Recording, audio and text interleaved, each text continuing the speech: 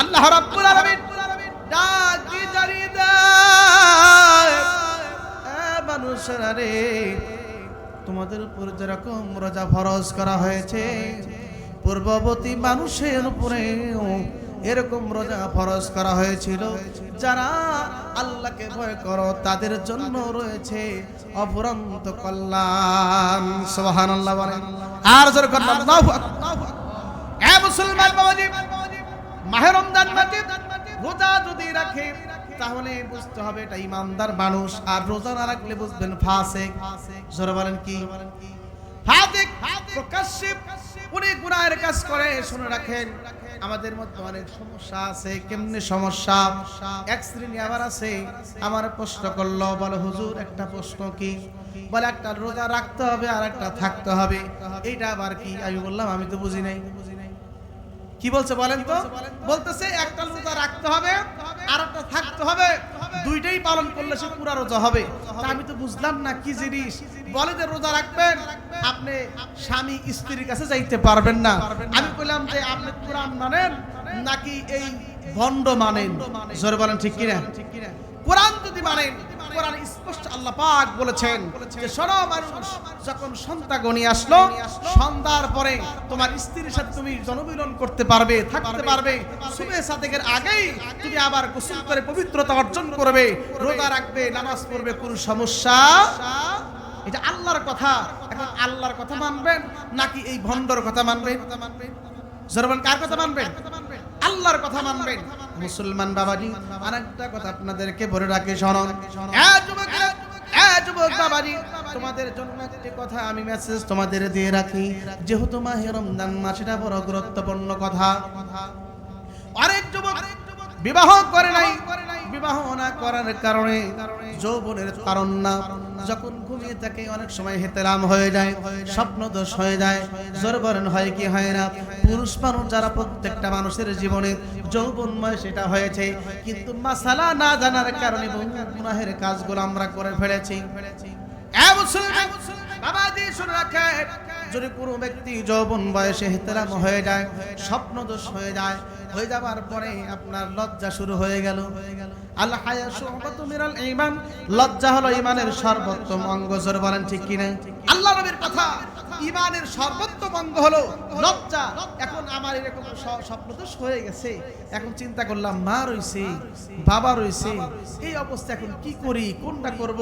রোজাও রাখার দরকার। মা ডাকতেছে, এ আব্দুর রহমান, এ আরিফুল ইসলাম, ঘুম থেকে ওঠো বাবা, ওঠো, রোজা রাখো। কিন্তু আমি তো চিন্তা করতেছি যে আমার তো কাম শেষ। কি বলেন? আমার তো চিন্তা শুরু হয়ে গেছে যে আরে আমি যে এরকম করব, কেমনে করে করব? আমার তো এরকম সমস্যা হয়ে গেছে। শুনে রাখেন মুসলমান বাবাজি, এরকম মাসালার মধ্যে অনেক সমস্যা আছে। যুবকেরা শুনে রাখো, আমি তোমাদেরকে বলে দেই, যদি তোমার লজ্জা হয় তাহলে তুমি একটা কাজ করো। মাসালা কি? মাসালা, যখন তোমার এরকম হয়ে গেল, তোমার লজ্জা যদি লাগে, তাহলে সুন্দর করে তুমি পবিত্রতা হাসিল করো। সুন্দর করে মেসাক করে, ওযু করে, পবিত্রতা হাসিল করে তুমি যেই কাপড় পরিধান করেছিলে ওই কাপড়টা খুলে আলাদা রাখো। আর একটা কাপড় পরে পবিত্রতা হাসিল করে তুমি তোমার বাবা মার সাথে খাবার খাও। সেহরি খাইয়া তুমি রোজা রাখো। সেহরি খাওয়ার সঙ্গে সঙ্গে সবাই যখন ঘুমিয়ে যাবে, নামাজে যাবে, তুমি আর নামাজে না যাইয়া লুঙ্গিটা হাতে লইয়া তাড়াতাড়ি গোসলখানায় তুমি চলে যাও। গোসল করিয়া তারপর তুমি নামাজ পড়ো।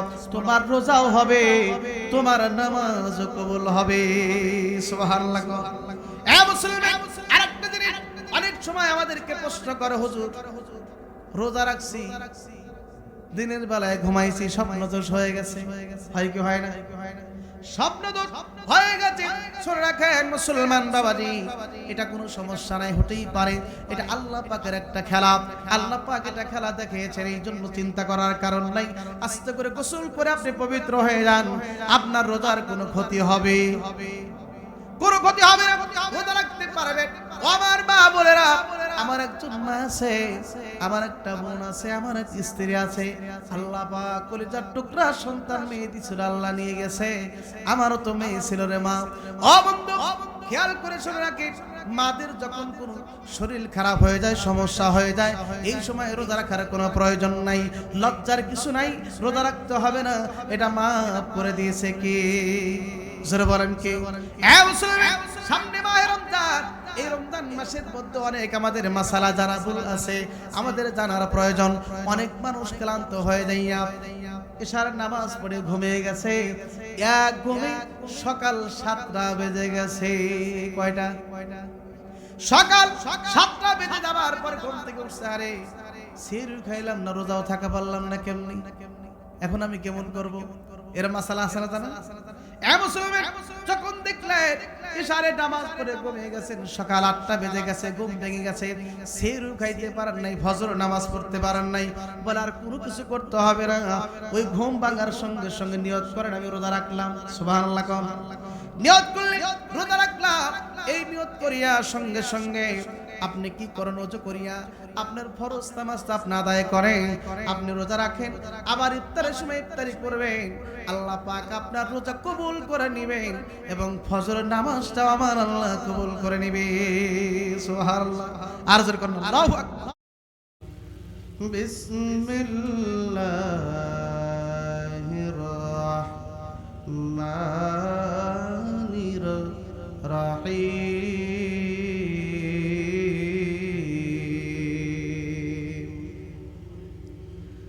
يا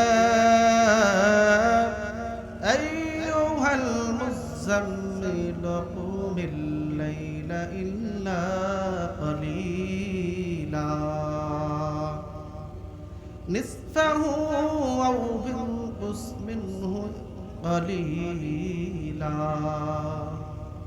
أو زد عليه ورتل القرآن ترتيلا صدق الله المولانا العظيم وقال النبي صلى الله عليه وسلم إذا كان أول ليلة من شهر رمضان صفدت الشياطين ومرادة الجن وغلقت أبواب النار فلم يفتح منها باب وفتحت أبواب الجنة فلم يغلق منها باب وينادي منادي يا بغي الخير أقبل ويا باغي الشر يقصر ولله قطار من النار وذلك كل ليلة صدق الله المولانا العظيم وصدق رسوله النبي الكريم ونحن على ذلك من الشاهدين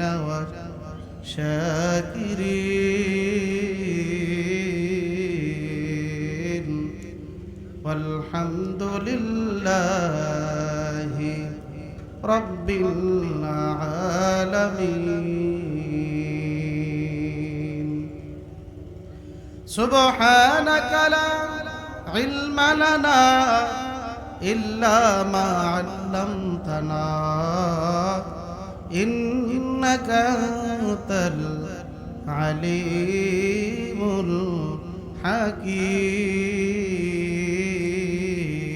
الحكيم ربي زدني علما رب اشرح لي صدري ويسر لي أمري واحلل عقدة من لساني يفقه قولي وفي شان حبيبه ومحبوبه ومكبرا وآمرا ইন্নাল্লাহ ওয়া মালাইকাতাহু ইউসাল্লুনা আলান নবী ইয়া আইয়ুহাল্লাযীনা আমানু সাল্লু আলাইহি ওয়া সাল্লিমু তাসলিমা আল্লাহুম্মা সাইয়্যিদানা মাওলানা মুহাম্মদ ওয়া আলা আলি সাইয়্যিদানা মাওলানা বালাগাল উলা বিকামালিহি কাশাফাত তুজা বিজামালিহি হাসনাত জামিউ খিসালিহি সাল্লু আলাইহি ওয়া আলিহি লা ইলাহা ইল্লাল্লাহ লা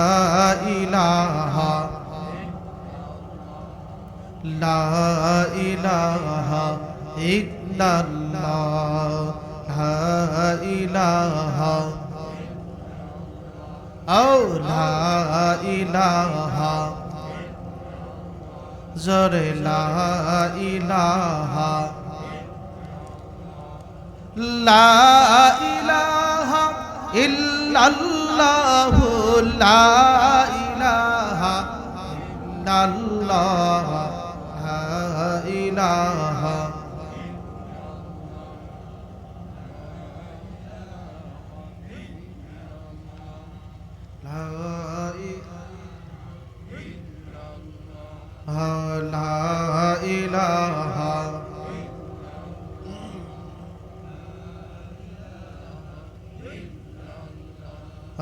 লা ইলাহা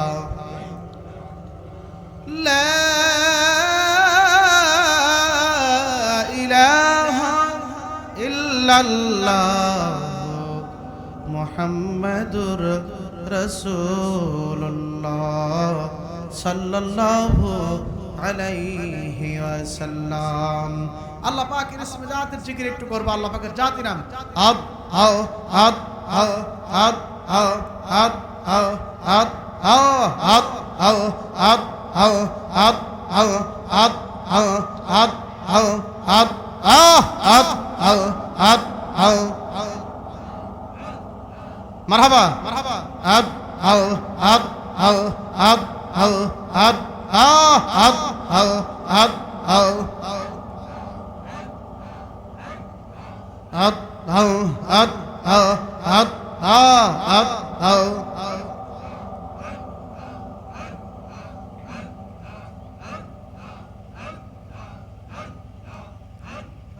ডাইকা ওলি হইলেন যিনি শাহজালাল মিনি নাম তার শুনি সুরমা নদী পার হইলেন সুরমা নদী পার হইলেন বিছায়ে যায় না মাস্ত বান্দা আব মারহাবা মারহাবা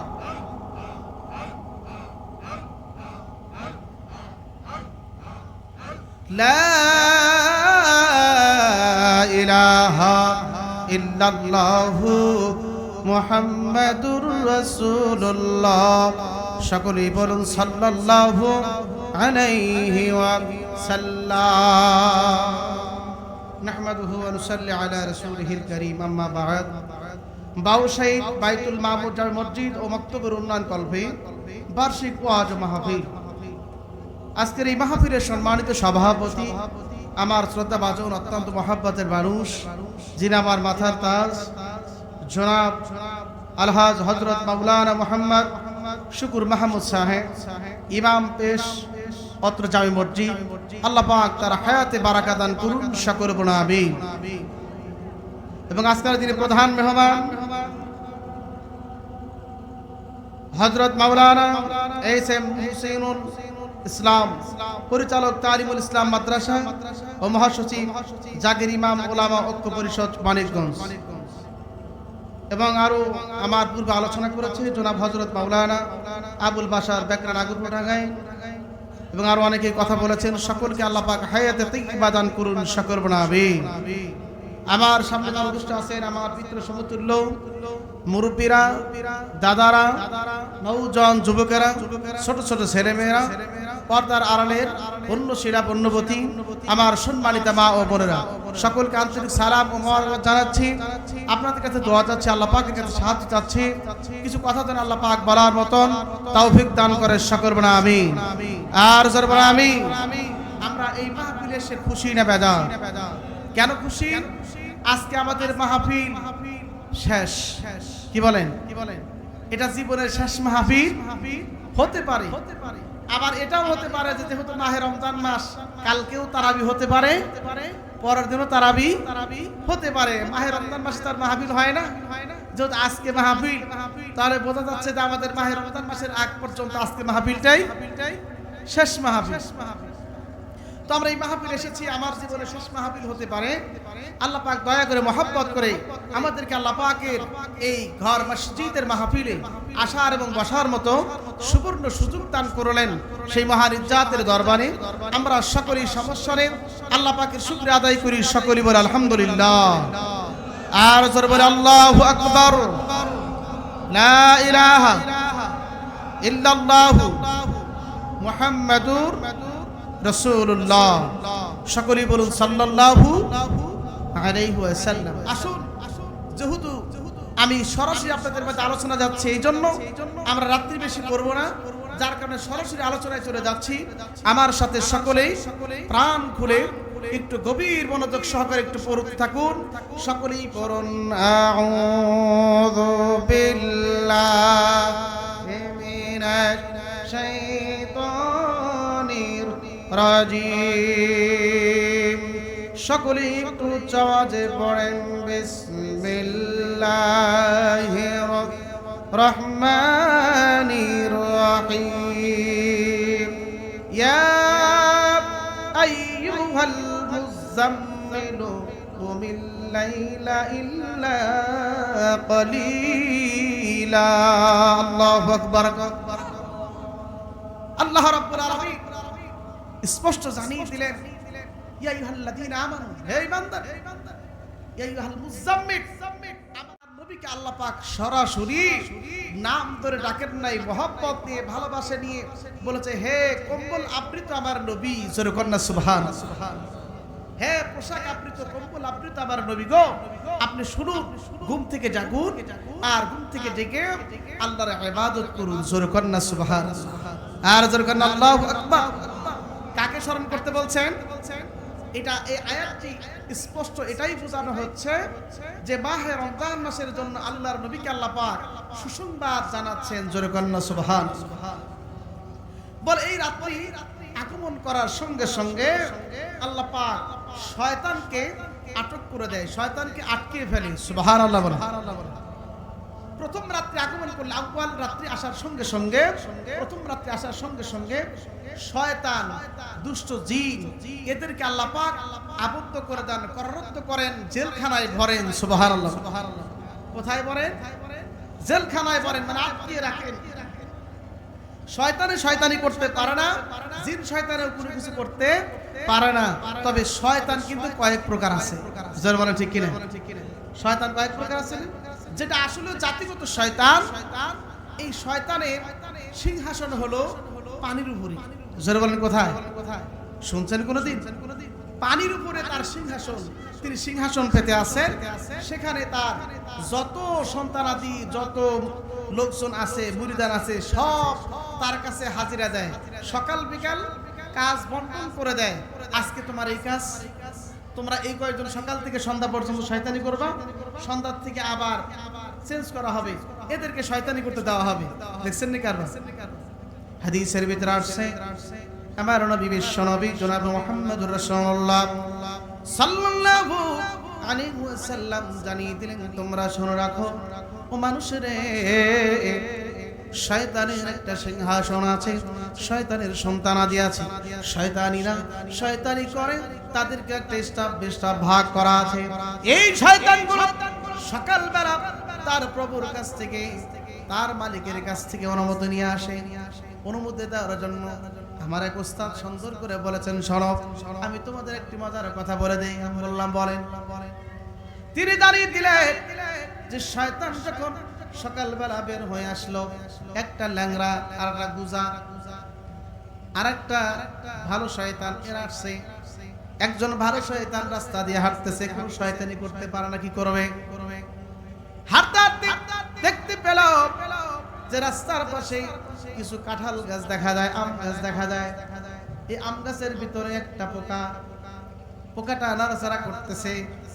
এই পোকা দেখিয়া শয়তান নিয়ে আঠার মধ্যে লাগিয়ে দিল। শয়তান শুরু হয়েছে, আঠার মধ্যে লাগিয়ে দিছে। আঠার মধ্যে লাগিয়ে দেওয়ার সঙ্গে সঙ্গে যখন পোকা মাকুরটা যখন নাড়াচাড়া করে, পাশের বাড়ির মুরগি এসে যখন ওইটাকে ঠোকর দিয়ে খাওয়ার জন্য গেল, ঠোকর দিয়ে খাবি, ইতিমধ্যে যখন পোকাটা ঠোকর দিতে চায়, আটকানো তো আটার সাথে, আনতে পারে না। এরকম করে করকর শুরু করে দিল। করকর করার পরে এদিকে পাশ থেকে শিয়াল আসিয়া ওই মুরগিটাকে খপ করে ধরল।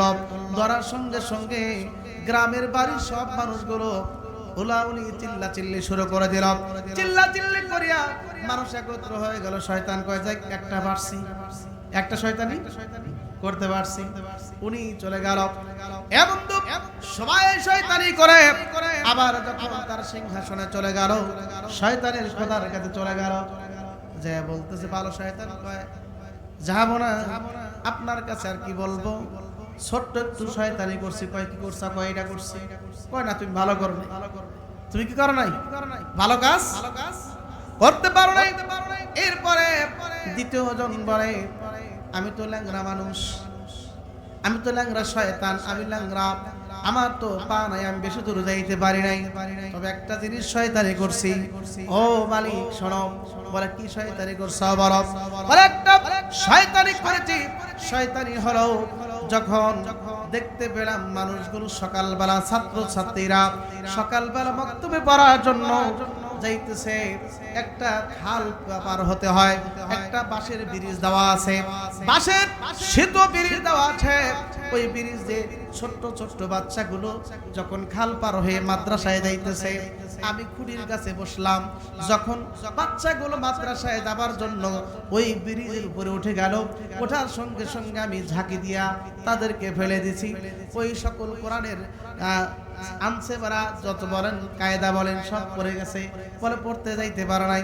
শয়তান খুশি হয় নাই, কয় না এটা ভালো কাজ করতে, এটা ভালো কাজ করতে পারো নাই।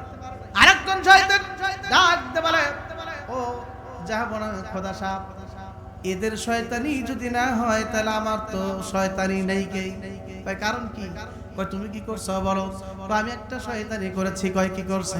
কয় আমি যখন দেখলাম বেশি দূর যাইতে পারবো না, একটা বাড়িতে ঢুকে বললাম, দেখলাম তাদের ভিতরে একটা মহব্বত, স্বামী স্ত্রী এত মহব্বত, এত ভালোবাসা, একে অপরের জন্য অত্যন্ত মহব্বত আর ভালোবাসা দেখিয়া আমার একটু হিংসা হইল খোদা সাহেব।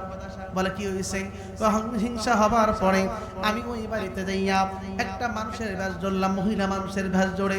তার স্বামী যখন বাড়ির থেকে চলে গেল, যখন সালাম না দিয়া চলে গেল, কি না দিয়ে সালাম না দিয়ে চলে গেল। চলে যাবার সঙ্গে সঙ্গে আমি মহিলার ভেষ ধরে বাড়িতে ঢুকলাম।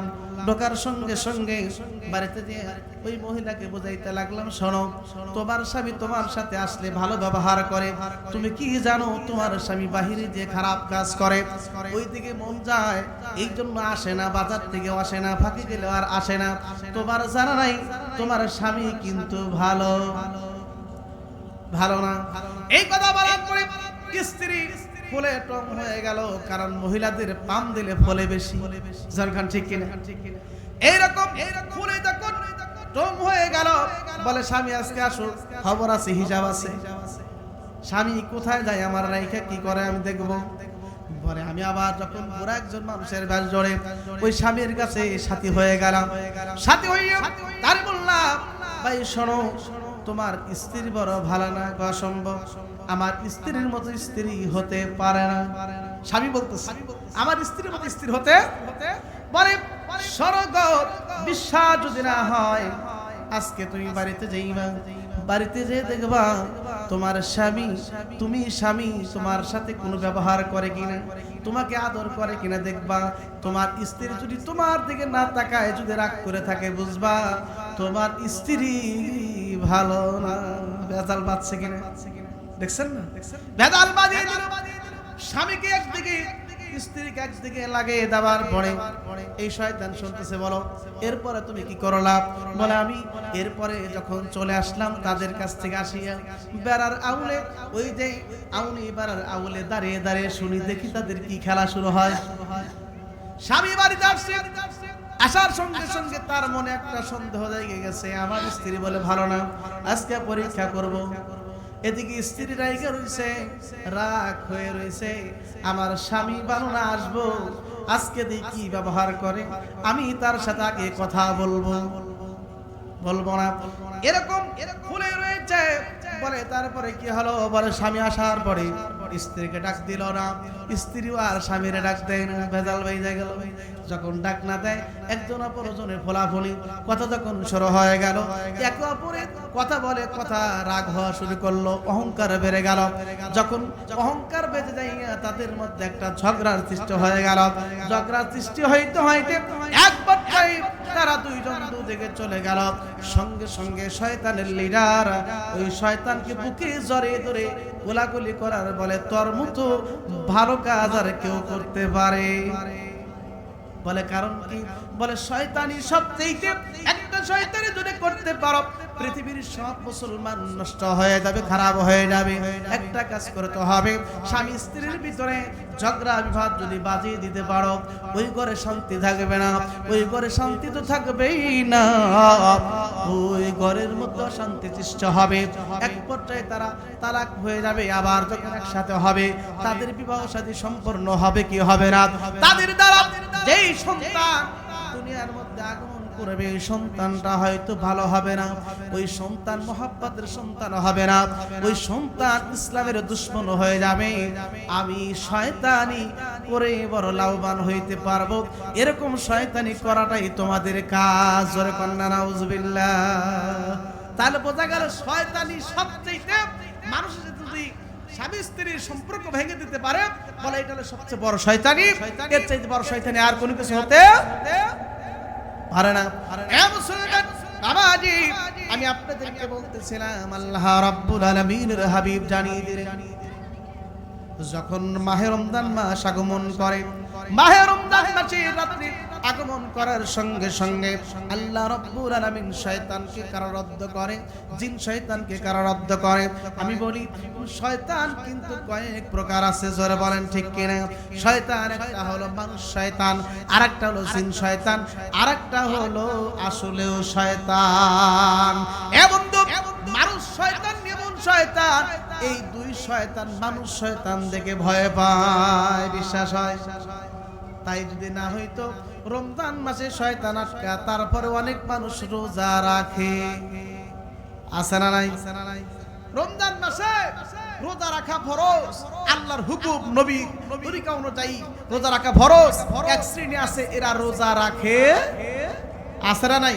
পরে রোজা তো রাখেই না, এরকম কথাও বলে রোজা কেন রাখবো, রোজা তো খাইবার পায় না, খাবার দাবার পায় না কুকুরে, রোজা রাখবে কুকুরে, আমরা মানুষ, আমরা রোজা রাখবো কেন? জোরে কোনা নাউজুবিল্লাহ, আর জোরে কোনা নাউজুবিল্লাহ। এবং মুসলমান বাবাজি শোনো রাখবেন, আল্লাহ রাব্বুল আলামিন শ্রেষ্ঠ মাখলুকাত বানালেন, শ্রেষ্ঠ মাখলুকাত বানাইয়া শ্রেষ্ঠ কিছু আমল আখলাক দিয়েছেন, শ্রেষ্ঠ কিছু ইবাদত দিয়েছেন। আর এই ইবাদত যারা করবে না তাদের কপালে জুতা মারবে, জোরে বলেন ঠিক কিনা? এ মুসলমান বাবাজি, আল্লাহ কুরআনুল কারীমের ভিতরে বলেন, ইয়া আইয়ুহাল্লাযীনা আমানু কুতিবা আলাইকুমুস সিয়ামা কামা কুতিবা আলাল্লাযীনা মিন ক্বাবলিকুম লাআল্লাকুম তাত্তাকুন।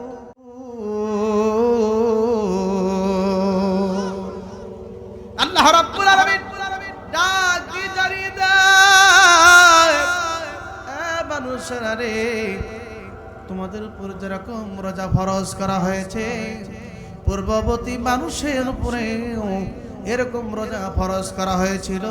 যারা আল্লাহকে ভয় করো তাদের জন্য রয়েছে অফুরন্ত কল্যাণ। সুবহানাল্লাহ বলেন আর জোরে বলেন আল্লাহু আকবার। এ মুসলমান বাবাজি, মাহে রমজান মাসে রোজা যদি রাখে তাহলে বুঝতে হবে এটা ইমানদার মানুষ, আর রোজা না রাখলে বুঝবেন ফাসিক। জোরে বলেন কি? ফাসিক, প্রকাশ্যে উনি গুনাহের কাজ করে। শুনে রাখেন, আমাদের মধ্যে অনেক সমস্যা আছে। কেমনে সমস্যা? এক শ্রেণী আবার আছে, আমার প্রশ্ন করলো, বলে হুজুর একটা প্রশ্ন কি? বলে একটা রোজা রাখতে হবে আর একটা থাকতে হবে, এইটা আবার কি? আমি বললাম আমি তো বুঝি নাই। কি বলছে বলেন তো? বলতেছে একটা রোজা রাখতে হবে আর একটা থাকতে হবে, দুইটাই পালন করলে সে পুরা রোজা হবে। আমি তো বুঝলাম না কি জিনিস। বলে যে রোজা রাখবেন, আপনি স্বামী স্ত্রীর কাছে যাইতে পারবেন না। আমি বললাম যে আপনি কোরআন মানেন নাকি এই ভণ্ড মানেন? জোরে বলেন ঠিক কিনা? কোরআন যদি মানেন, কোরআন স্পষ্ট আল্লাহ পাক বলেছেন যে শোনো মানুষ, যখন সন্ধ্যা গণিয়ে আসলো, সন্ধ্যার পরে তোমার স্ত্রীর সাথে তুমি জনমিলন করতে পারবে, থাকতে পারবে। সুবহে সাদেকের আগেই তুমি আবার গোসল করে পবিত্রতা অর্জন করবে, রোজা রাখবে, নামাজ পড়বে, কোনো সমস্যা। এটা আল্লাহর কথা। এখন আল্লাহর কথা মানবেন নাকি এই ভণ্ডর কথা মানবেন? জরবান কার কথা মানবেন? আল্লাহর কথা মানবেন। মুসলমান বাবাজি, আরেকটা কথা আপনাদেরকে বলে রাখি, শুনুন। যুবক বাবাজি, তোমাদের জন্য একটি কথা আমি মেসেজ তোমাদের দিয়ে রাখি। যেহেতু মাহে রমজান মাস, এটা বড় গুরুত্বপূর্ণ কথা। অনেক যুবক বিবাহ করে নাই, বিবাহ না করার কারণে যৌবনের কারণ না, যখন ঘুমিয়ে থাকে অনেক সময় হেতেরাম হয়ে যায়, স্বপ্ন দোষ হয়ে যায়। জোরবরণ হয় কি হয় না? পুরুষ মানুষ যারা, প্রত্যেকটা মানুষের জীবনে যৌবনময় সেটা হয়েছে, কিন্তু মাসালা না জানার কারণে বহু গুনাহের কাজগুলো আমরা করে ফেলেছি। বাবাজি শুনে রাখেন, যদি কোনো ব্যক্তি যৌবন বয়সে হেতেরাম হয়ে যায়, স্বপ্ন দোষ হয়ে যায়, হয়ে যাবার পরে আপনার লজ্জা শুরু হয়ে গেল। আল হায়া শুবাতুম মিনাল ঈমান, লজ্জা হলো ঈমানের সর্বোত্তম অঙ্গ। জোরে বলেন ঠিক কিনা?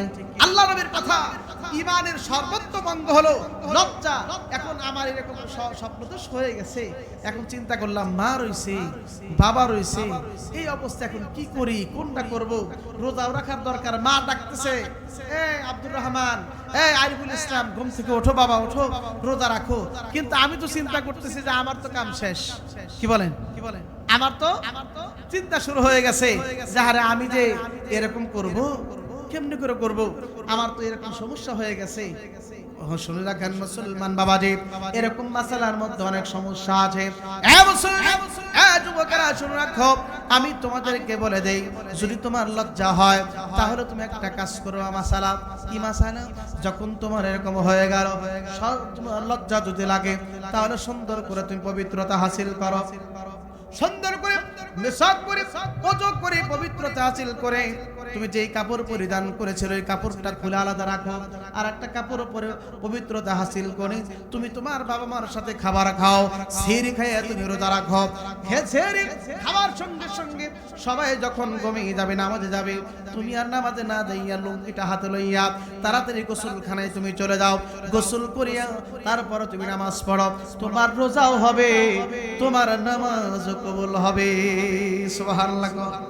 এ মুসলমান, আরেকটা জিনিস অনেক সময় আমাদেরকে প্রশ্ন করে, হুজুর রোজা রাখছি, দিনের বেলায় ঘুমাইছি, স্বপ্ন দোষ হয়ে গেছে, হয় কি হয় না? স্বপ্ন দোষ হয়ে গেছে, শুনে রাখেন মুসলমান বাবাজি, এটা কোনো সমস্যা নাই, হতেই পারে। এটা আল্লাহ পাকের একটা খেলা। আল্লাহ পাক এটা খেলা দেখিয়েছেন, এই জন্য চিন্তা করার কারণ নাই। আস্তে করে গোসল করে আপনি পবিত্র হয়ে যান, আপনার রোজার কোনো ক্ষতি হবে?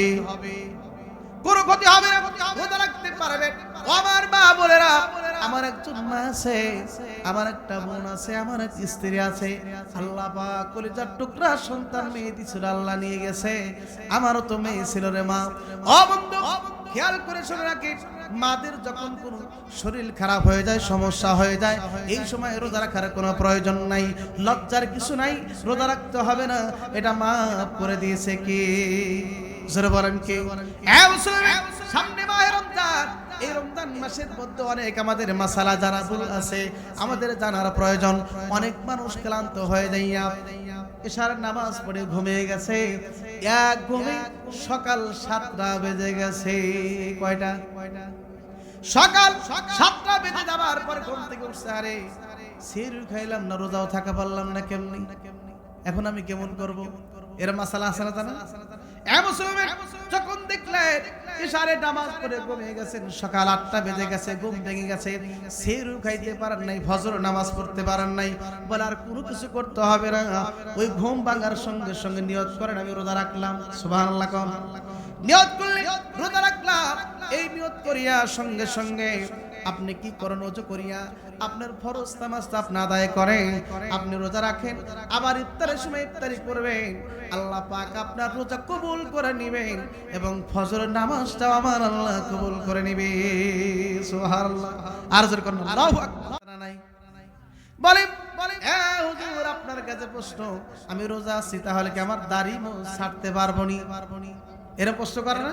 শুনে রাখেন, হাত পা মুখ কাটবেন কোনো সমস্যা নাই, দাড়ি মুখ ছাড়বেন তাতে কোনো সমস্যা নাই, তবে দাড়ি কমপক্ষে 1 মুষ্টি রাখতে হবে। জোরে বলেন কয় মুষ্টি? মিনিমাম 1 মুষ্টি দাড়ি আপনাকে রাখতে হবে, বহু ছোট রাখবেন, এটা হলো সুন্নাহ। সুবহানাল্লাহ। আরেকটা কথা আপনাদেরকে বলে রাখি, শুনে রাখেন, মাহে রমজান মাস যেহেতু সামনে আগমন, আমাদের মাহে রমজানের কিছু মাসালা জানার দরকার, যে জিনিসগুলো আমাদের বিশেষ প্রয়োজন। মাহে রমজান মাসটা হলো বসন্তকাল, মাহে রমজান মাসটা ইবাদতের মাস, অন্যান্য মাসের চাইতে 11 মাসের চাইতে উত্তম মাস হলো মাহে রমজান মাস। সুবহানাল্লাহ। 11 মাসের চাইতে উত্তম মাস হলো মাহে রমজান মাস। আল্লাহর নবী একদিন মেম্বারে উঠলেন, মেম্বারে উঠিয়া বললেন আমিন। সুবহানাল্লাহ। দ্বিতীয় মেম্বার উঠলেন, ওটার সঙ্গে সঙ্গে বললেন আমিন। তৃতীয়বার মেম্বার উঠে গেলেন, তৃতীয়বার মেম্বার উঠে বললেন আমিন। সাহাবী আজমাইন প্রশ্ন করলেন, ইয়া রাসূলুল্লাহ, ইয়া হাবিবাল্লাহ, হুজুর গো, আপনি তো কোনদিন মেম্বার উঠিয়া জোরে আমিন বলেন না, আজকে আমিন বললেন, কারণ কি? আমার নবী ডাক দিয়ে বলে, সাবিরা রে, এই মুহূর্তের মধ্যে জিবরাইল ফেরেশতা আমার কাছে এসে হাজির হলো, আমাকে সালাম জানালো, আমার কাছে আসিয়া বলল, ইয়া রাসূলুল্লাহ, ইয়া হাবিবাল্লাহ, হুজুর গো, আপনি শুনে রাখুন, যেই ব্যক্তি মাহে রমজান মাস পেল, জোরে বলেন কি মাস? যেই ব্যক্তি মাহে রমজান মাস পেল, তারাবি পেল, সেহরি পেল, যে ব্যক্তি ইফতার পেল, বলে এই সব কিছু পাবার পরেও যেই ব্যক্তি জীবনের গুনাহ মাফ করাইতে পারল না, মাহে রমজান মাসে রোজা রাখতে পারল না, জীবনের গুনাহ মাফ করাইতে পারল না, আল্লাহ রাব্বুল আলামিন জানিয়ে দিয়েছে সে যেন ধ্বংস হয়ে যায়, হালাক হয়ে যায়, তার নাক যেন ধুলায় দর্শিত হয়। জোরে কন্যা সুবহানাল্লাহ। নবী বললেন, আমাকে এই মুহূর্তের ভিতরে জিবরাইল আমিন সে যখন জানিয়ে দিল, ও নবী গো, আমার আল্লাহ তাআলা এটা জানিয়ে দিয়েছি। এই কথা বলার সঙ্গে সঙ্গে নবী বলেন, আমি এই কথার সাক্ষ্য দিয়ে বললাম আমিন। যারা মাহে রমজান মাস পেল, মাহে রমজান মাস পাইয়া জীবনের গুনাহ মাফ করাইতে পারলো না, জীবনের তওবা করতে পারলো না, রোজা রাখতে পারলো না, তারাবি নামাজ পড়তে পারলো না, ইফতারি করতে পারলো না, সে যেন হালাক হয়ে যায়। কি হয়ে যায়?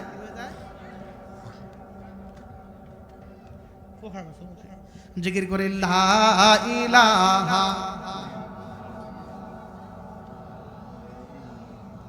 ইল্লাল্লাহ, লা ইলাহা লা ইলাহা লা ইলাহা ইল্লাল্লাহু মুহাম্মাদুর রাসূলুল্লাহ বলুন সাল্লাল্লাহু আলাইহি ওয়াসাল্লাম। তাহলে বোঝা গেল মাহে রমজান মাস পেয়ে যদি গুনাহ মাফ না করাইতে পারেন এর চাইতে কপাল উপর আর কেউ হতে পারে? তাহলে মাহে রমজান মাসে রোজা রাখার দরকার আছে না নাই? জরবানা আছে না নাই? আপনাদের এই গ্রামে চা দুধ কত রমজানের রাখি? অনেক অনেক গ্রামের রমজানের চা দিয়ে ওঠে না, মানে রোজাই রাখেন। আছে না নাই? আল্লাহ কবুল করুন সকল বড় আমিন।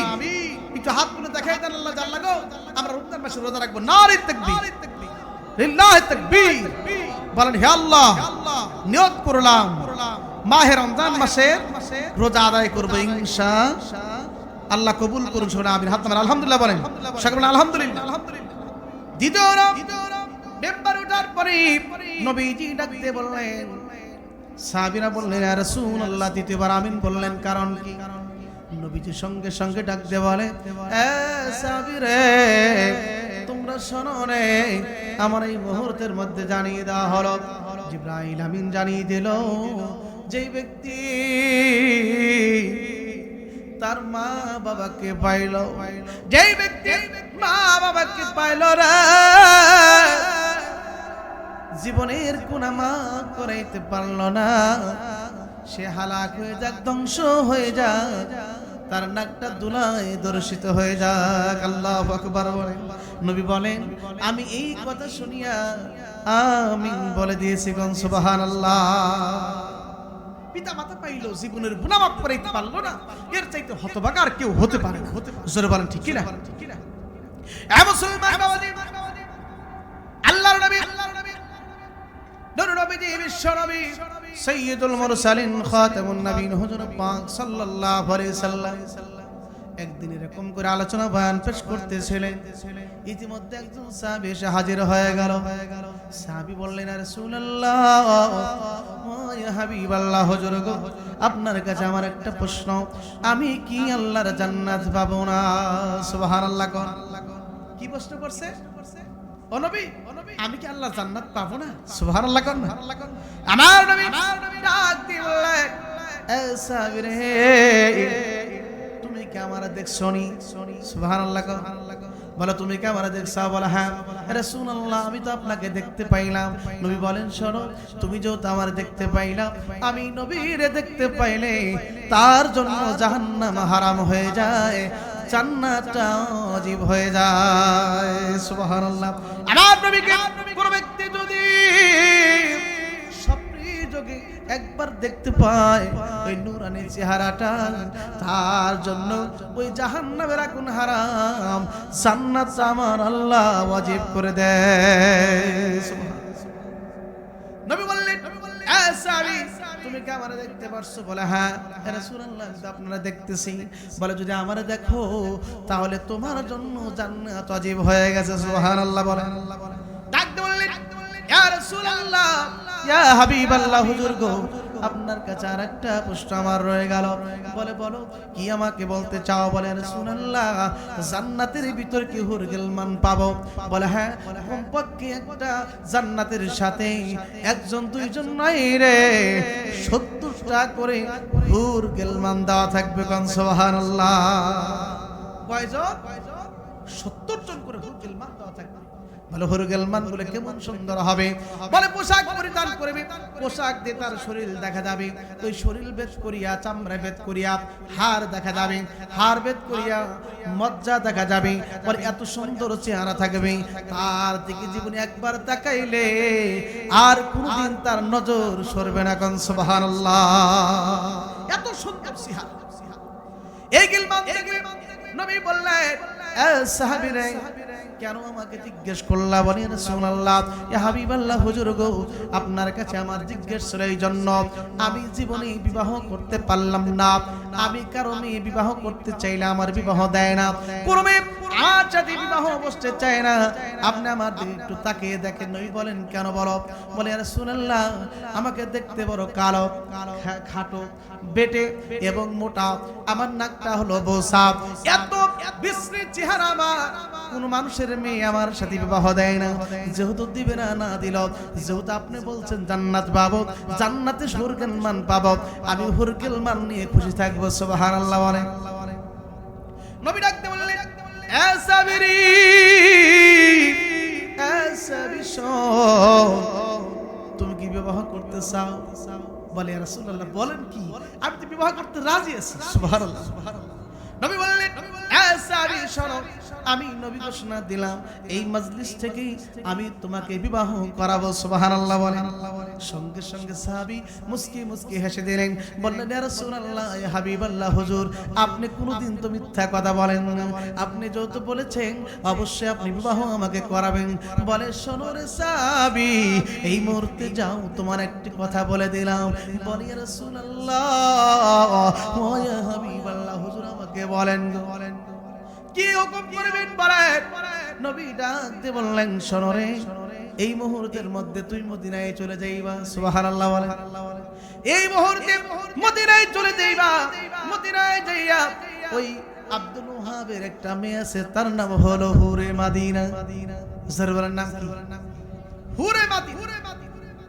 তারপরে নবী ডাক দিয়ে বললেন, এ সাবিরি শোনো রে, মদিনার মধ্যে সব চাইতে সুন্দরী রমণী, তার চাইতে সুন্দরী রমণী মদিনার মধ্যে আর কেউ নাই, তার নাম হলো হুরে মদিনা। এইবার সাহাবী বলে, ইয়া রাসূলুল্লাহ, আমার কাছে এমনি মেয়ে দেয় না, আপনি কেমন কথা বলতেছেন ইয়া রাসূলুল্লাহ, এটা কি সম্ভব?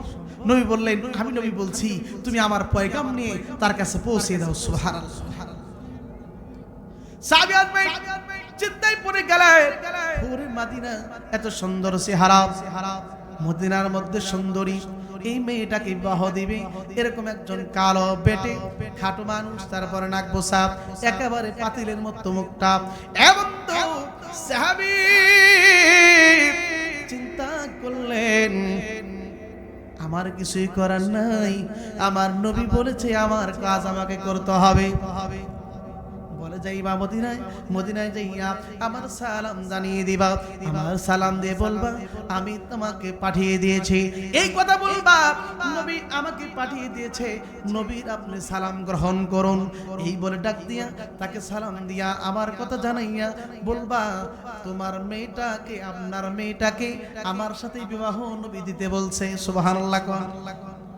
এইবার সাহাবী চিন্তায় পড়ে গেলেন, আরে এই কথা বলবো, এটা কেমনি করে বলবো, কেমনি সম্ভব? তারপর আস্তে আস্তে যায়। সুবহানাল্লাহ। হাটে আর চিন্তা করে, নবী যেহেতু বলছে আমার কাজ আমি করি, আর আল্লাহর কাজ আল্লাহ করবে, নবীর কাজ নবী করবে। সুবহানাল্লাহ।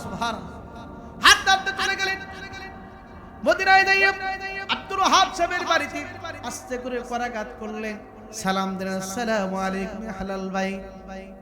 সালাম দেওয়ার সঙ্গে সঙ্গে দ্বিতীয়বার সালাম দেওয়ার পরে খুলে দিয়েছে দরজা, দরজা খুলে দিয়ে বলে, ওয়ালাইকুম আসসালাম, কে আপনি বলুন? বলে আপনি প্রথমেই আমার নবীর সালাম গ্রহণ করুন। সুবহানাল্লাহ বলেন। সালাম গ্রহণ করলেন, ওয়ালাইকুম আসসালাম। বলে কি জন্য এসেছেন? বলে আমার নবী আমাকে পাঠিয়ে দিয়েছে, আমার নবী বলতে বলেছে, আমার নবী আমাকে পাঠিয়ে দিয়েছে, আমার নবী আমাকে বলতে বলেছে। সুবহানাল্লাহ বলেন। বারবার এই কথা বলতেছেন। বলে কি বলতে বলছে বলো? বলে আপনার নাকি একটা মেয়ে আছে। সুবহানাল্লাহ। সুবহানাল্লাহ। আপনার নাকি একটা মেয়ে আছে, সুন্দরী সুশোভী রমণী আছে, এই জন্য আমাকে পাঠিয়ে দিয়েছে। ও চাচা গো, আমি আপনার কাছে পয়গাম পৌঁছাইলাম, আমার সাথে বিবাহ দিতে বলছে আপনার মেয়েটাকে।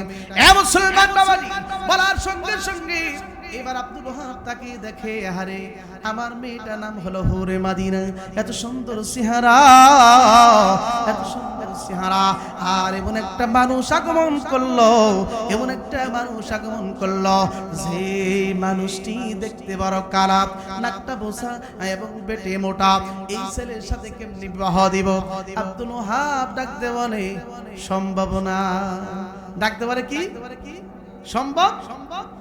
এ মুসলমান বাবাজি, এই কথা বলার পরে এইবার সাহাবী বলে, আমি জানি গো, আমি জানি গো আমার সাথে তুমি দিবা না দিলা আপত্তি নাই রে, কিন্তু আমার নবী বলেছে তাই বলে আমি তোমাকে জানিয়ে দিলাম। সুবহানাল্লাহ বলে আর জোরে করে আল্লাহু আকবার। এ মুসলমান বাবাজি গভীর মনোযোগ দিয়ে শুনবেন। যখন গরমে বিবাহের উপযুক্ত হয়ে যায়, মেয়েগুলোর কান একটা বাড়ির ভিতরে থাকে আর একটা কান বাহিরে থাকে। কারণ হলো চিন্তা করে আমার বিবাহের সময় হয়ে গেছে, বিবাহের সময় হয়ে গেছে, কোন সময় জানো আমার বাড়িতে বিবাহের কোন মানুষ পয়গাম নিয়ে আসবে। হুরে মাদিনা তাই একটা কান বাহিরে লাগিয়ে দিয়ে রাখছে আর একটা কান ভিতরে দিয়ে কাজ করতেছে। যখন যুবকটাকে পাঠিয়ে দিল, এইবার সঙ্গে সঙ্গে হুরে মাদিনা বাবাকে জিজ্ঞেস করলো, ও আব্বাজান গো, আমার আব্বাজান বাবাজান শুনুন, কে যেন আপনার কাছে আসছিল? বলে কেউ না। বলো না, সত্যি করে বলেন কে আসছিল? কয় যে একজন লোক আসছিল। বলে কি বললো? বলে নবীর সালাম দিল আর জানিয়ে দিল তোমার সাথে বিবাহের কথা আমি না করে দিয়েছি। বলে কেন? এই জন্য না করেছি, দেখতে বড় কালো মোটা এবং খাটো বেটে আর নাকটা বড় গোসা, এত কালো মানুষ আমার জীবনে দেখি নাই। মেরে আমি বাবা হইয়া তুমি হলা হুরে মাদিনা, আমি বাবা হইয়া তাকে বিবাহ দিতে পারি না, তার সাথে বিবাহ দিতে পারি না।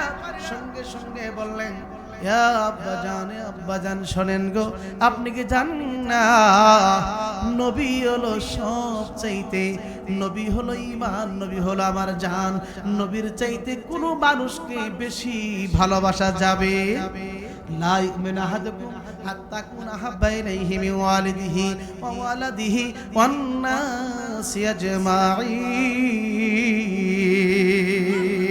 ডাক দিয়ে দাঁড়িয়ে দিলেন, আব্বা গো সরে রাখি, পিতামাতার চাইতে, ওস্তাদের চাইতে, ধন সম্পদের চাইতে, নিজের জানের চাইতে যে নবীকে ভালো না বাসবে পূর্ণাঙ্গ ইমানদার সে হতে পারবে না। আব্বু গো আপনি চলে যান, চলে যান, এই লোকটা ওই নবীর কাছে যাবার আগে আপনি আমার পয়গাম পৌঁছে দেন, আমি হুরে মাদিনা তার সাথে বিবাহ হতে রাজি আছি। আর জোরে করুন আল্লাহু আকবার, নারে তাকবীর। এ মুসলমান বাবাজি, সাহাবী মনটা বেদার করে হাঁটে আর চিন্তা করে, জানি গো আমার এই জীবনে আর বিবাহ শাদী দরকার নাই। আসতেছি এদিকে, ওই যে তার শ্বশুরও দৌড়ে আসতেছে, সুবহানাল্লাহ। তিনি তো ধীরে ধীরে হাঁটতেছে, উনি আগে গেছে, যে নবীর কাছে সালাম জানাইছে, আসসালামু আলাইকুম ইয়া রাসূলুল্লাহ। জোরে করুন আল্লাহু আকবার। ইয়া নবী গো শুনুন, আপনি যে সাহাবী পাঠিয়ে দিয়েছেন, আমার মেয়ে রাজি হয়ে গেছে, আমাকে পাঠিয়ে দিয়েছে, আমার মেয়ে রাজি আছে, তার সাথে আমার হুরি মাদিনার বিবাহ আপনি পড়িয়ে দেন। সুবহানাল্লাহ। আর জোরে করুন আল্লাহু আকবার। কি মজার কথা! নবী ডাকতে বললেন, সাহাবী রে, ও সাহাবী শোনো, তোমার কাছে একটা কথা বলি, তাহলে তুমি তো এখন বিবাহ করতে রাজি আছো? বলে হুজুর আমি একবার হারিয়ে আছি। সুবহানাল্লাহ। কই রাজি? এত সুন্দরী রমণী আমার হাতে বিবাহ দিব, আমি না রাজি থেকে পারি? ইয়া রাসূলুল্লাহ আমি রাজি। নবী ডাকতে বললেন, সাহাবী রে তুমি তাড়াতাড়ি যাও, এই মেয়েকে বিবাহ করতে হলে 1 লক্ষ দিনার মহারণা দিতে হবে। কয় লক্ষ? জোরে বলেন কয় লক্ষ? বলে 1 লক্ষ মহারণা দিতে হবে। নবীজি বলার সঙ্গে সঙ্গে সাহাবী বলেন, ইয়া রাসূলুল্লাহ, ইয়া হাবিবাল্লাহ, হুজুর গো বিবাহ করার জন্য আমার ভরসা, কিন্তু আমার কাছে কোনো টাকা করি নাই। বিবাহ করতে ইচ্ছা আছে ইয়া রাসূলুল্লাহ, কিন্তু আমার তো টাকা করি নাই। ইয়া রাসূলুল্লাহ আমি কেমনে করব? নবী বলেন, শোনো তুমি যাও রে, আমার আলীর কাছে চলে যাও। নবী যে আলীর ঘটনা বলতে যাইয়া নবী নিজের চোখের পানি ফেলে দিয়েছেন। নবী বলেন, ও সাহাবী শোনো, আমার আলী দিনের দাওয়াত দেওয়ার জন্য আমি একদিন ফজরের নামাজ পড়ি। আমি যখন ফজরের নামাজ পড়ি হাঁটতেছিলাম, হাঁটার সঙ্গে সঙ্গে আমি তাকে দেখলাম, আমার আলী এত শান্তশিষ্ট মানুষ, আমার আলী আমার পাশ দিয়ে রাস্তাতে দৌড়ায়। জোরে করুন সুবহানাল্লাহ। নবী বলেন দেখলাম দৌড়ায়, আমি নবী জিজ্ঞেস করলাম আলী রে শোনো তুমি কেন দৌড়াও? ঘুরে আসলে বললে ইয়া রাসূলুল্লাহ ইয়া হাবিবাল্লাহ হুজুর গো কি বলবো দুঃখের কথা, কি বলবো আপনার কাছে নবী গো। বললেন বলো সাহাবী আলী বলো কি হয়েছে? বলে নবী গো 3 দিন যাবত আমার বাড়িতে চুলা জ্বলে না। আল্লাহু আকবার। 3 দিন যাবত আমার বাড়িতে খাবার নাই নবী গো, 3 দিন ধরে খাবার নাই। আমি যখন বসে থাকি আমার পিঠটা যায় পেটের সাথে, পেটটার পিঠের সাথে লেগে যায়, লেগে যায় পেটের মধ্যে ব্যথা শুরু করে নবী। আমি শুয়ে রইলাম, সবার পরে আমার পেটটা পিঠের সাথে লেগে যায়, আমার পেটের মধ্যে ব্যথা শুরু করে দিল। নবী গো চিন্তা করলাম দাঁড়িয়ে থাকবো, দাঁড়িয়েও আমি থাকতে পারি না। হে নবী গো এইবার আমি যখন দৌড়ান শুরু করলাম তখন আমার পেটের ব্যথাটা একটু নিবারণ হইল। আল্লাহু আকবার।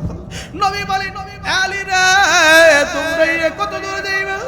নবী বলে আলী রে বলো তুমি কত দূর দৌড়াইবা? নবী বলে, বলার সঙ্গে সঙ্গে আলী বলে ইয়া রাসূলুল্লাহ জানি না কত দূর যাব। আমার নবী চোখের পানি সারিয়া ডাক দিয়ে বলে আলী রে আমি তোরে কি দেব? আমার কাছে তো দেবার মতো কোনো কিছুই নেই রে আলী। আমি নবী তো কয়েকদিন ধরে খাবার খাইলাম। আল্লাহু আকবার। আমার নবী চোখের পানি ছেড়ে দিয়া ডাক দে বলে আলী রে যা যা তোর একটা কথা বলে দিলাম, সামনে যাবি, সামনে যে একটা মোড় পাবি, ওই মোড়ের পাশে দেখবে একটা খেজুর গাছ আছে, খেজুর গাছের কাছে কইও তুমি জানিয়ে দিও আমি নবী বলে দিয়েছি সে যেন তোমার খেজুর দেয়। আল্লাহু আকবার। কোন মুসলমান বাবাজি বন্ধুরে আমার নবী কথা শুনিয়া আলী বড় খুশি হয়ে গেল। আলী খুশি হইয়া দৌড়ে যায়, দৌড়ে যাবার পরে যখন মোড়ের পরে চলে গেল, মোড়ের পরে যাইয়া দেখে খেজুর গাছ ঠিকই আছে রে, কিন্তু খেজুর গাছের পাতা পর্যন্ত মরে গেছে। খেজুর গাছ মরা, খেজুর গাছ মরা, খেজুর মরা। হযরত আলী চিন্তা করলেন এই মরা খেজুর গাছ কেমনি করে খেজুর আসবে, কেমনি করে আমি খেজুর পাবো? আবার চিন্তা করলেন এটা আমার দেখার বিষয় না রে, আমার নবী বলেছে খেজুর গাছ রে কইও সে যেন তোমার খেজুর দেয়, আমার দায়িত্ব বলা দেওয়ার মালিক আমার আল্লাহ সুবহানাল্লাহ। আর যখন কন্যা আল্লাহু আকবার বলে আমার দায়িত্ব বলা দেওয়ার মালিক আল্লাহ। এবার হযরত আলী চোখের পানিগুলো সারে আর ডাক বলে খেজুর গাছ রে এক খেজুর গাছ আবার নবী বলে দিয়েছে তুই খেজুর দে। সুবহানাল্লাহ। বলে একবার চক্ষু বন্ধ করে গভীর চোখের পানি ছেড়ে দিয়া আমার নবী যখন ডাক দিল খেজুর গাছ রে খেজুর দে, বলে আমি একবার ডাক দেবার সঙ্গে সঙ্গে তাকে দেখলাম মরা খেজুর গাছটা জীবিত হয়ে গেছে। আর বলছেন আল্লাহু আকবার। দ্বিতীয়বার আমি বললাম খেজুর গাছ রে খেজুর দে, এই কথা বলার পরে দেখলাম খেজুর গাছে খেজুর ধরে গেছে। আমি 3 নাম্বার ডাকতে বললাম আমার নবী বলে দিয়েছে খেজুর গাছ রে খেজুর দে, দাওয়ার মালিক আল্লাহ তিনি তাকিয়ে দেখেন খেজুর গাছ থেকে টপ টপ করে পাকা খেজুর গোলা পড়তেছে। নবীজি কথা মোতাবেক খেজুর গাছের খেজুর পড়ে। ওই নবীর সাথে অনেক মানুষ আছে বেঈমানি করে, ওই নবীর সাথে তুলনা করে, কয় আমিও যেরকম আমার নবী ওরকম যেরকম নাউজুবিল্লাহ। আছে না নাই? এ মুসলমান হযরত আলী রাদিয়াল্লাহু তাআলা সঙ্গে সঙ্গে একটা খেজুর উঠালেন, বিসমিল্লাহ বলে উঠাইয়া একটা যখন মুখে দিলেন বলেন আমার জীবনে কত খেজুর খাইলাম এত সুন্দর খেজুর পাই নাই। জীবনে কত খেজুর খাইলা, এত সুস্বাদু এত মজা খেজুর জীবনে কোনোদিন পাই নাই। খালি খায় আর বলে এই খেজুর কোথা থেকে আসলো। খেজুর খাইলো, চিন্তা করলো আমি খেজুর খাইলাম, আমি খেজুর আবার আমার সহধর্মিনী নবীর মেয়ে ফাতেমার জন্য আমি নিয়ে যাই। আমি নিজে খাইলাম হবে না রে, আমিও খাবো আমার হাসান হুসাইনের জন্য আমি খেজুর নিয়ে যাব। সুবহানাল্লাহ। নিজে টোপলা বেঁধে সুন্দর করে খেজুর নিলে। সময় আমার শেষ, আলোচনা করতে গেলে সময়ের প্রয়োজন হয়। আসলে আমার সময় সংকীর্ণ, এই জন্য সামনের দিকে আর আগানো গেল না। আমি আপনাদেরকে বলবো যে কথাগুলো বলতেছিলাম আসলে মন সহকারে সেই কথা বলা আমার এখন আর সম্ভব হচ্ছে না, যেহেতু সামনে আমার অনেক আলোচনা ছিল। হযরত এই যে সাবিলার ঘটনা বলতেছিলাম, ওনার বিবাহ শাদী পড়ান লাগবে। হযরত আলীর কাছ থেকেও 1 লক্ষ দিনার আনবে, নবী তাকে পাঠাবেন। আরো 2 জনের কাছ থেকে টাকা এনে তারপর বিবাহের জন্য অনেক কথা আছে, সেই কথাগুলো আমি বলতে পারলাম না। আল্লাহ যদি কোনোদিন আবার সুযোগ করে দেয় ইনশাআল্লাহ আমি আপনাদের মাঝে বলবো। আমি এই কথা বলিয়াই আপনাদের মাঝে বিদায় নিচ্ছি। আর আমি যে কথাগুলো বললাম আপনাদের সার কথা, সে কথা কি মাহে রমজান মাসের আমল করতে হবে। জোর বলেন ঠিক কিনা? মাহে রমজান মাসে 30টা রোজা, 30টা নিয়ত, 30 ফরজ, রোজা 30 ফরজ, 60 ফরজ। এই 60 ফরজ আদায় করব, রাত্রির বেলায় রাত জাগরণ করে তারাবি নামাজ আদায় করব ইনশাআল্লাহ। রাজি আছেন তো ইনশাআল্লাহ? এখন আপনারা নামাজ পড়বেন কয় রাকাত তারাবি? জোর বলেন কয় রাকাত? মক্কা মদিনায় 20 রাকাত তারাবি হয়, আমরাও 20 রাকাত পড়ি। আমাদের হানাফি মাযহাবে, হানাফি মাযহাব অনুযায়ী 20 রাকাত তারাবি। যদি কেউ 8 রাকাত 12 রাকাত পড়ে সে তার মাযহাব নিয়ে থাকুক, আমাদের সাথে কোনো আপোষ নাই। আমরা 20 রাকাত পড়েছি, পড়ব ইনশাআল্লাহ। জোর বলেন ঠিক কিনা? রাজি আছেন তো ইনশাআল্লাহ? আল্লাহ কবুল করুন, সকলে বলেন আমিন। আর জোর বলেন আমিন। আর যদি কিছু মাসলা জানার থাকে আমাকে আপনারা বলবেন, যে মাসালাগুলো প্রয়োজন ইনশাআল্লাহ আমি চেষ্টা করব আমি নিজের থেকে আপনাদের দেওয়ার জন্য। যদি আমি না পারি কিতাব সাহায্য নিয়ে, তারপরে যদি আমার জানা না থাকে আমার উস্তাদ আছে তাদের কাছ থেকে জেনে আপনাদের মাসালাগুলো দিব। আরেকটা কথা মেসেজ জানিয়ে রাখি, শোনেন। আরেকটা হাদিস বলতে আমার সময় শেষ হয়েছে, আর বলতে পারছি না, তবে শোনেন খেয়াল করবেন। এই মাহে রমজান মাস হচ্ছে ইবাদতের মাস। এই ইবাদতের মাসে আপনি নিজেও চেষ্টা করবেন 5-10 জন মানুষকে ইফতার করানোর জন্য। আবার আপনাকে কেউ যদি ইফতারের দাওয়াত দেয় আপনি ইফতার করতে যাবেন। আমাদের মধ্যে একটা ভেজাল আছে কি, মনে করে সারাদিন রোজা রাখা মাইশের রোজা দিবার যাবো, এরকম আছে না? এটা ভুল কথা, মনে রাখবেন। আপনি রোজা রাখবেন, আপনার সওয়াব আল্লাহ দিবেন, এবং যেই বাড়িতে ইফতার করবেন তার সওয়াব কে দিবে? জরবান কে দিবে? তবে শুনে রাখেন, নিজেরা প্রত্যেকটা বাড়িতে কমপক্ষে 2-4 জন 5 জন 10 জন যা পারেন তাদেরকে অন্তত ইফতার করাবেন। আপনি যদি শরবত দিয়ে পারেন করবেন, যদি দুধ দিয়ে পারেন ইফতার করাবেন, যদি খেজুর দিয়ে পারেন ইফতার করাবেন, খিচুড়ি দিয়ে হলে ইফতার করাবেন। আপনাদের কাছে আমার আহ্বান থাকবে প্রত্যেকটা ঘরে ঘরে, প্রত্যেকটা বাড়িতে মাহে রমজান মাসে ইফতার করাবেন, ইফতার করবেন ইনশাআল্লাহ। রাজি আছেন তো ইনশাআল্লাহ? আল্লাহ পাক কবুল করুন, সকল বলেন আমিন। আর জোরে বলেন আমিন। আমি এই কথা বলি আমি আমার বক্তব্য এখানে টানছি। ওয়া আখিরি দাওয়ানা আলহামদুলিল্লাহি রাব্বিল আলামিন। আসসালামু আলাইকুম ওয়া রাহমাতুল্লাহি ওয়া বারাকাতুহু।